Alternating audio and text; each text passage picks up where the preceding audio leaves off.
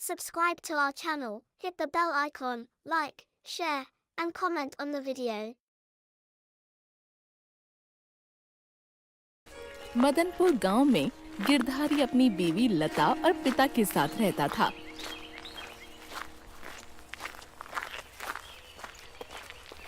गिरधारी मेहनती किसान था। वो खेतों में बहुत मेहनत करता और उस अनाज को बेचकर अपने घर का गुजारा करता था।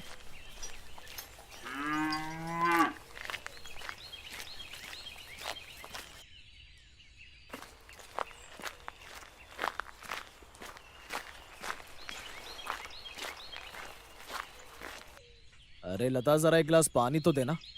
अजी बस अभी लेकर आई। आज तो आपने घर आने में बहुत देर कर दी। हाँ, वो आज खेतों में बहुत ज्यादा काम था, इसलिए आने में देरी हो गई। बाबूजी कहाँ हैं? दिखाई नहीं दे रहे। जी वो आज बाबूजी की तबीयत कुछ ठीक नहीं थी, इसलिए वो जल्दी खाना खा के सो गए हैं। अच्छा ठीक है, तुम जरा मेरे लिए खाना लगा दो, मुझे बहुत तेज भूख लग रही है। ठीक है जी, आप जाकर अच्छे से हाथ मुंह धो लीजिए, मैं अभी आपके लिए खाना लगा देती हूँ। थोड़ी देर बाद गिरधारी और लता खाना खाते हैं और फिर सोने के लिए चले जाते हैं।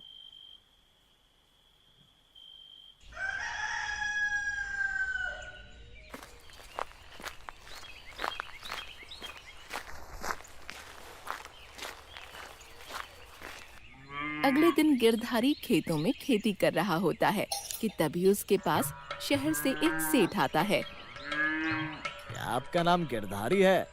जी मालिक, मेरा ही नाम गिरधारी है, लेकिन आप कौन है? गिरधारी जी जरा सुनो, इधर आओ। जी मालिक, अभी आया। गिरधारी जी, मैं तुम्हारे लिए एक बहुत ही अच्छा प्रस्ताव लेकर आया हूँ। कैसा प्रस्ताव मालिक? देखो गिरधारी, मैं शहर से आया हूँ। सरकार ने मुझे इस गांव में तुम जैसे किसानों की मदद करने के लिए भेजा है। मालिक, मुझ जैसे किसानों की मदद करने के लिए? मैं कुछ समझा नहीं। देखो गिरधारी, सरकार ने तुम किसानों के लिए एक योजना बनाई है, जिसमें वो तुम लोगों से अनाज को दोगुने दामों में खरीदेंगे, जिससे तुम लोगों को बहुत मुनाफा होगा। और सरकार ने मुझे जैसे कई लोगों को ये जिम्मेदारी दी है कि हम लोग अलग अलग गांव में जाकर इस योजना के बारे में आप लोगों को बताएं। पर मालिक, मुझे इससे क्या फायदा होगा? फायदा, बहुत ज्यादा फायदा होगा। जो आप लोग अपना अनाज बेचते हो, हम लोग आपसे उसको 2 गुना ज्यादा दाम में आपसे अनाज खरीदेंगे। क्या 2 गुना ज्यादा दाम? हाँ भाई गिरधारी, 2 गुना। ठीक है मालिक, मैं अब से अपना सारा अनाज आपको ही बेचा करूंगा। ठीक है, मैं हर महीने आपसे अनाज ले जाया करूंगा और जो पैसे बनते हैं उसका 2 गुना पैसा आपको आकर दे दूंगा। मालिक, आपका बहुत बहुत शुक्रिया जो आप मेरी मदद कर रहे हैं। अरे भाई गिरधारी, शुक्रिया अदा करना है तो आप सरकार को करिए। ऐसा कहकर सेठ वहाँ से चला जाता है और ये बात सुनकर गिरधारी बहुत खुश हो जाता है। ये बात अभी जाकर लता और बाबूजी को बताता हूँ। ये बात सुनकर वो लोग बहुत खुश हो जाएंगे।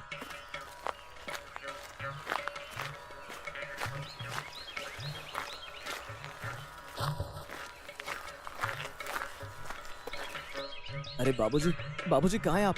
लता, कहाँ हो तुम? अरे कोई है क्या घर में? अजी क्या हुआ, आप ऐसे चिल्ला क्यों रहे हैं? क्या हुआ? अरे अरे, क्या हुआ बेटा? तू ऐसे चिल्ला क्यों रहा है? सब ठीक है ना? क्या हुआ जी, बताओ ना, मेरा दिल बहुत घबरा रहा है। क्या हुआ है?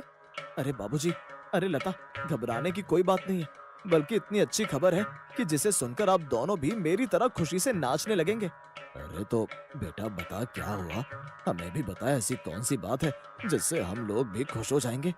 अरे बाबूजी, आज जब मैं खेतों में काम कर रहा था तो आज मेरे पास शहर से एक सेठ आए और उन्होंने मुझे बताया कि अब वो हमारा सारा अनाज हमसे 2 गुना दामों में खरीदेंगे। क्या 2 गुने दामों में? हाँ लता, 2 गुना दामों में।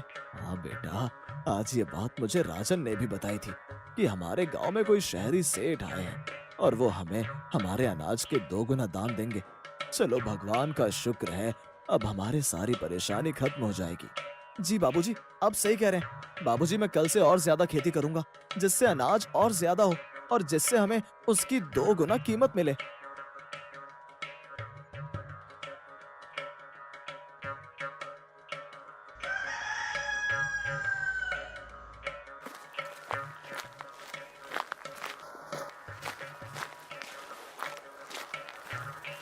गिरधारी अगले दिन से ही खेतों में और ज्यादा मेहनत करने लगता है।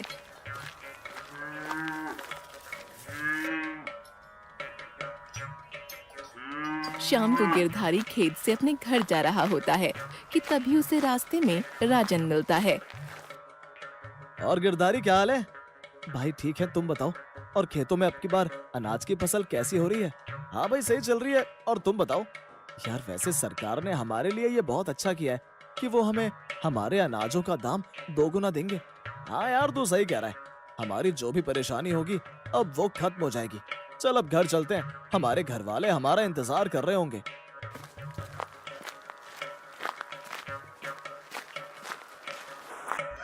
ऐसे ही महीना खत्म हो जाता है और वो सरकारी सेठ उन लोगों से उनके अनाज को खरीदने के लिए गांव में आता है। गांव के सारे किसान अपना अपना अनाज लेकर खड़े हो जाते हैं। चलो आप सब अपने अपने अनाज की बोरी गिनवा दो, मैं फिर आप सबको आपके अनाज के 2 गुने पैसे दे दूंगा। सभी किसान सरकारी सेठ के साथ आए आदमी को अपने अनाज की बोरियां गिनवाते हैं और वो सरकारी सेठ सब किसानों को उनके अनाज के 2 गुना दाम दे देता है। भाइयों, आप सभी को आपके अनाज के दाम सही मिले हैं ना? मालिक, आपका बहुत बहुत शुक्रिया। अरे आप भी तो मेरे भाई हो, मैंने आप लोगों पर कोई एहसान नहीं किया। मैंने तो बस सरकार की योजना को बस आप लोगों तक पहुंचाया है। गांव का सरपंच आकर सरकारी सेठ से बोलता है। सेठ जी, आपने जो ये हमारे गांव के लिए किया है इसका बहुत बहुत शुक्रिया। सरपंच जी, ये तो मेरा काम है। अरे सेठ जी, हम चाहते हैं कि आप हमारे साथ यहीं इस गांव में रहें। हाँ सरपंच जी, मैं आपसे यही कहना चाहता था कि मुझे यहाँ गांव में एक दफ्तर खोलने के लिए घर की जरूरत होगी। सेठ जी, मैं आपके लिए अभी इस गांव में घर का इंतजाम करवाता हूँ। फिर सरपंच अपने आदमी से बोलकर सेठ के लिए एक घर का इंतजाम करवाता है। वो सरकारी सेठ वहीं उन लोगों के साथ उसी गांव में रहने लगता है। लता, लगता है हमारे गांव पर भगवान की बहुत कृपा है। जभी तो भगवान ने हमारे गांव में सरकारी सेठ जी को भेज दिया। देखिए, पता नहीं क्यों मुझे ये सरकारी सेठ जी ठीक नहीं लग रहे हैं। ठीक नहीं से तुम्हारा मतलब क्या है? देखिए जी, मुझे इन सरकारी सेठ पर विश्वास नहीं हो रहा है। लता, तुम्हारा दिमाग तो खराब नहीं है जो तुम इतने अच्छे इंसान को गलत समझ रही हो। आज के बाद मैं उनके बारे में कुछ गलत नहीं सुनना चाहता हूँ, समझी तुम? देखिए, आप मुझे गलत समझ रहे हैं। आप ही सोचिए ना कि सरकार ने ये योजना निकाली और किसी अखबार और टीवी पर इसकी कोई खबर नहीं। आपको नहीं लगता कि ये धोखेबाज है? मैं बस ये चाहती हूँ कि आप इस सरकारी सेठ पर भरोसा ना करें।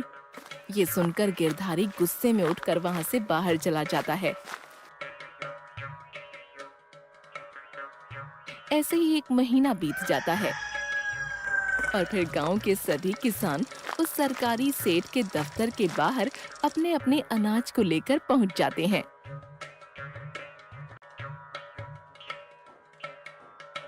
आ गए आप सभी लोग।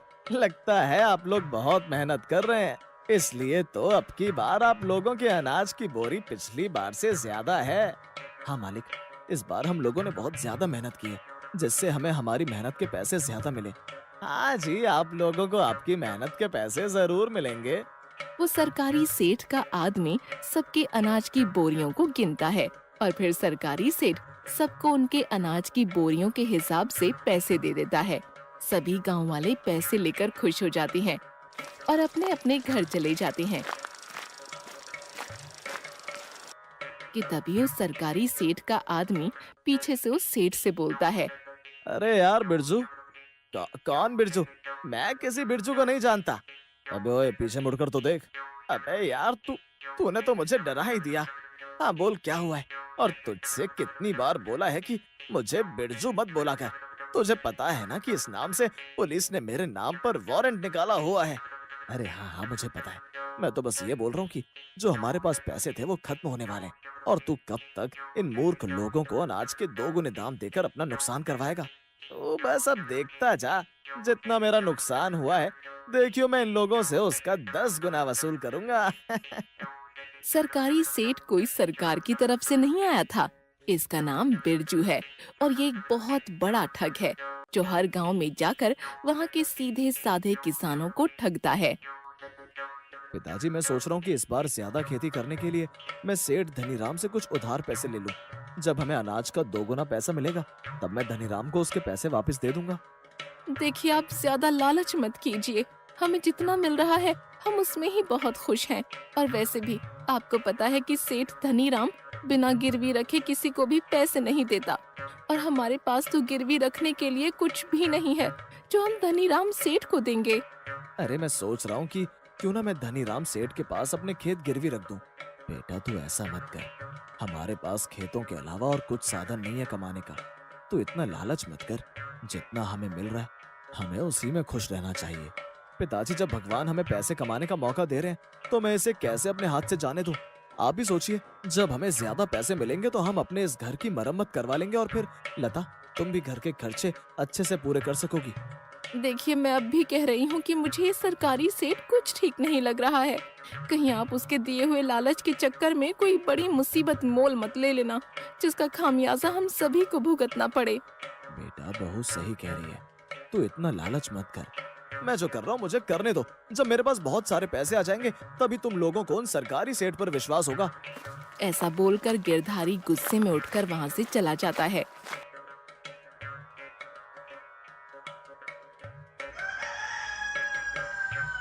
अगली सुबह गिरधारी धनीराम सेठ से उधार पैसे लेने के लिए उसके पास अपने खेतों के कागज लेकर जाता है।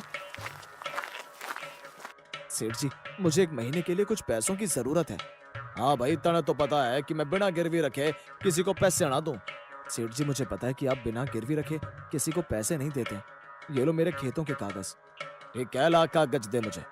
धनीराम गिरधारी से उधार पैसों के बदले में उससे उसके खेतों के कागज ले लेता है। ले भाई गिरधारी पैसे, और ध्यान रखियो कि अगर तूने अगले महीने मुझे पैसे वापस ना दिए तो ये खेत मेरे हो जाएंगे। सेठ जी, इसका मौका ही नहीं आएगा। मैं अगले महीने आपको आपके सारे पैसे देकर अपने खेतों के कागज आपसे ले जाऊंगा। ठीक है भाई, लेकिन मेरी इस बात का ध्यान रखियो। गिरधारी धनीराम से उधार पैसे लाकर उन पैसों से एक और खेत उधार ले लेता है और उन खेतों में कड़ी मेहनत से खेती करता है। और सारे गांव के किसान भी इसी तरह से खेती करते हैं। धीरे धीरे समय बीतता जाता है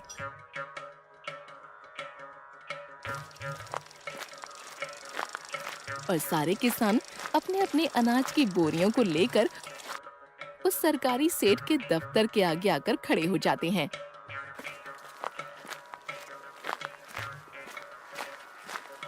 देखिए, आप सब अपने अपने अनाज की बोरियां गिनवा दीजिए, क्योंकि सरकार की तरफ से अभी पैसे नहीं आए। जैसे कल पैसे आएंगे मैं आप सभी को दे दूंगा। सभी गांव वाले उस सरकारी सेठ की बातों में आ जाते हैं और कल के लिए हाँ कर देते हैं। ठीक है साहब, ठीक है, हम सब कल आते हैं। सभी लोग अपने अपने घर चले जाते हैं। अरे बिरजू, अब क्या करना है इस अनाज का? अबे करना क्या है, इसे फटाफट ट्रक में रखो और यहाँ से रफू चक्कर होते हैं। सेठ के आदमी सारी बोरियां ट्रक में रखकर गांव से चले जाते हैं।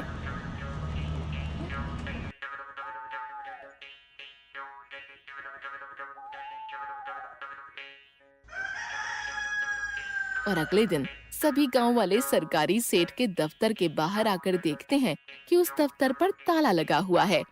अरे ये यहाँ ताला कैसे लगा हुआ है? ये सरकारी सेठ और उनके वो आदमी कहाँ गए? अरे सरपंच जी, पता लगाइए ना कि सरकारी सेठ कहाँ गए, और यहाँ पर उनका कोई आदमी भी नहीं दिख रहा। हाँ, तुम लोग परेशान मत हो, मैं अभी पता लगाता हूँ।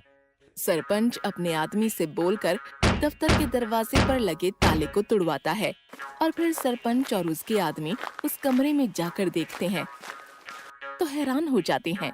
अरे भाई, ये क्या? यहाँ तो अनाज की एक भी बोरी नहीं है, और यहाँ पर तो उस सरकारी सेठ का कुछ सामान भी नहीं है। पूरे गांव के लोग इस बात से परेशान हो जाते हैं कि आखिर सरकारी सेठ और उसके आदमी एकदम गायब कैसे हो गए। ऐसे ही पूरे गांव में शोर मच जाता है कि तभी लता गिरधारी से कहती है, देख लिया आपने, मैंने आपसे कितना कहा था कि वो सरकारी सेठ ढोंगी है, लेकिन आपने मेरी कोई बात नहीं मानी। तभी एक आदमी गांव के रास्ते से जा रहा होता है कि वो देखता है कि गांव में बहुत ज्यादा शोर मच रहा है। अरे ये आखिर इस गांव में इतना शोर क्यों हो रहा है? लगता है जाकर देखना पड़ेगा। वो आदमी गांव में आता है और गांव के ही एक आदमी से पूछता है, अरे भाई, यहाँ क्या हुआ है? और तुम सब इतना परेशान क्यों?